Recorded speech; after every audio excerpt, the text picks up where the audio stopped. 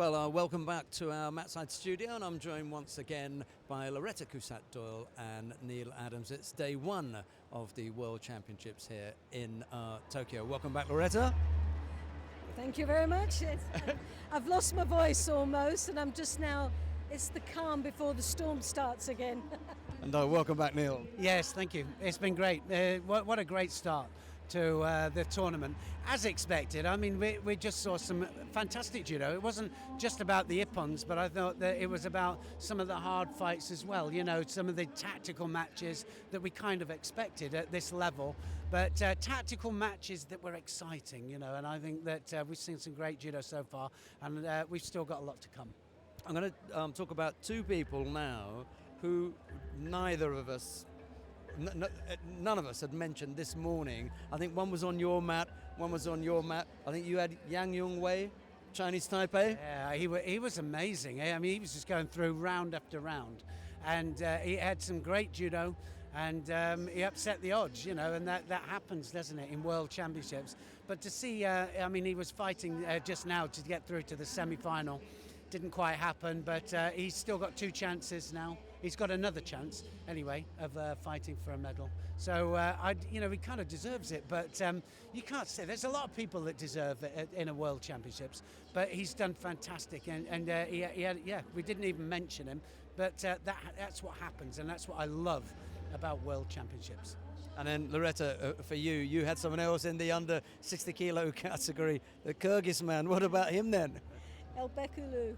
Oh, what a machine. That's all I can say. He was amazing today. And really, he was tasked. He had a really tough round in the quarterfinals. And that just took, 4.5 minutes in golden score. And it was just ongoing, non-stop, all the time. And then he had to come back and fight again. And he just didn't have anything left in the tank. I even felt so sorry for him, I was going to throw in the towel. You could see it just draining out of him, and Guzman Kyrgyzbayev was just too much. It was crippling to watch because the man was amazing all day and really deserved. He's still got a chance to get on that podium. I will be surprised if he doesn't get on there. I really will. Right, Neil, I'm going to turn to you. Pick out anyone you like from either the 48 or 60 kilo category who you want to focus on, and just say something a little bit special about who's really impressed you today. I think you've got to say Billedid. I mean, Billedid is just superior, you know, and she's just making it look as if it's easy, and it's not. Krasniki as well has shown that she's had absolute strength, power, she just overpowered the Olympic champion, and just showed she had good condition, just good stance. Everything about her judo was superior. So, you know, it's a possibility of a really good matchup, you know, there. But of course, she's been on great form as well, you know. So she's the statistic that I absolutely loved is that Tanaki has a statistic that of ippons scored. It's almost 50-50 tachiwaza newaza.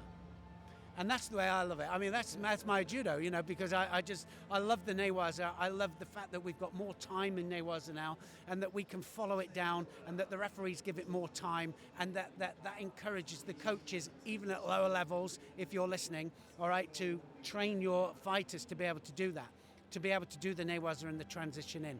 Because she just went down to ground. Whenever anybody went down to ground, doesn't matter what the level, she just took a leg out and she held them down. Brilliant. That's what I love, Neil. I asked him for one, but I got three. So, right. Can I ask the same thing of Loretta? So I'm expecting three now, right? Loretta. I can't believe he's took my thunder. That's all of it. He took my thunder. I think when we look back at the 48 kilos, there was some really impressible moments. I think Billedid, we talked about her right at the beginning, we keep talking about her, but she's world class. There's no doubt about it. She went out, I don't think she went to time really.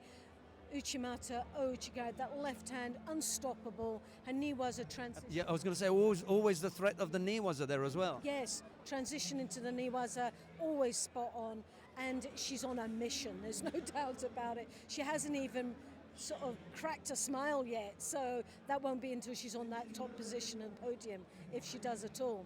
But looking at a couple of monk bats as well, for me, she's had a good performance today. She's got a lot of experience, and that experience has carried her through, and she's been a real contender. She's very sharp, she's well prepared, her timing for this World Championships has been perfect. And she knocked out her former teammate, Gal Badarek. I mean, she really did knock her out. But she is looking good, and someone that it won't surprise me if she could do a little bit, if she can push it a little bit more. She might upset, but she's got Billedid. It's going to be an interesting match. Both looked good. Billedid looked world class. Monkbat looked a contender. That if she plays the card with the maturity that she has, she might do something. She might knock her off that top spot. It's down to someone who's got that maturity, to someone who's got that youth and that oozing of confidence. It's going to be a clash. Go on, that's 2. Right, let's go for the men. Let's get in there with the men. Chip Vignani. Well, we spoke about him today, didn't we? He's had a really good performance today, solid. And I can't see him not get, well, he's got a chance of getting on that podium, there's no doubt about it. Could actually be in that final. He's going to have a talk order against Nagayama, who's been very, very good. Solid performance throughout the day. I've not managed to see their matches. I'm going to come back to Neil about Nagayama because he has. Followed him. I've just watched a couple of glimpses when we've had that break to see how sharp he's looking. And he's got this crowd supporting him all the way. That's making a massive influence on his performances, and that's riding him through. And I think that will be one of the, if we're talking about percentages, that's going to be a big percentage that's going to get him on that podium. What position? It all depends, really. Neil, you were talking about how solid Billedid looked. I want to ask you a question about the difference between how solid Nagayama looked and how fragile Takato looked. I thought he did look, yeah, he really did. I mean, I think he was almost afraid to win again here. And I don't know whether that's because he's on home ground, and he never seems to fight well here. Always seems to fight well when he's away from home. It could have been Nagayama breathing down his neck, just the presence of him. Well, I mean, and Nagayama, you know, if you have a look at him, just his aura. His aura is that he actually has come here to win. And I got that from him, you know, and I think it's going to be very close with the Georgian. I think the Georgian's going to run him tight, but I think Nagayama, I don't think there's anybody to beat Nagayama today. But, you know, anything can happen. I mean, the other two down there, you know, they've just, they just wheedle their way through, and, you know, they're big throwers, you know, they're huge throwers, so anything can kind of happen at the heat of the moment. You know, one false attack without the conviction at the wrong time, and it's going to be, you know, it's going to be a surprise. But I can't see it. Nagayama and Billedid, I think you were right, absolutely, when you said that, you know, the Mongolian she's so experienced, she's on good form, she's going to run her, and I think she's going to really take it to her. And I think it's going to be great. I think we're going to have some great semi-finals, and then we're going to have some great finals. Sorry, Nagayama for you at 60? Nagayama for me. At 48? Billedid. Loretta. I would say the both are definitely on form. But in fairness of what we're saying about Takato, he had a really challenging, and there's one guy that we never mentioned that needs to be mentioned, and that's Haya of France. He took the Japanese two-time, he gave him the fight of his life.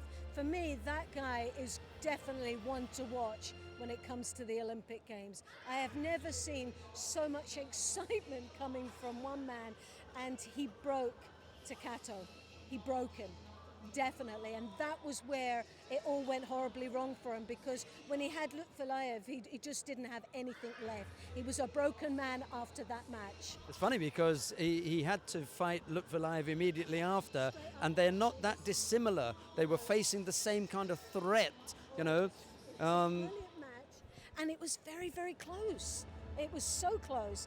And in fairness, I would have liked to have seen that it was a disqualification with Hayat, but I would have liked to have seen it go a little bit further, because I think there would have been a big throw in it. And I think it would have been the Frenchman that would have got through. And if that had been the case, we'll be seeing a different outcome. Right, it's 4:10 here. I'm just going to check with Federico about when we're going to be back, unless, of course, one of you know exactly the start time. Is it? What? It's 4:10. Final block is 7 o'clock. 7 o'clock. We'll be back at 7 o'clock with all the live action of all the medal matches, including we've got the repechage contests wrapped up this time in the final block. You've got the semi-final. You have the semi-finals, repechage finals, then all medal matches. There you go. You heard it from the Oracle. We'll be back at 7 o'clock. Right. See you then. Bye.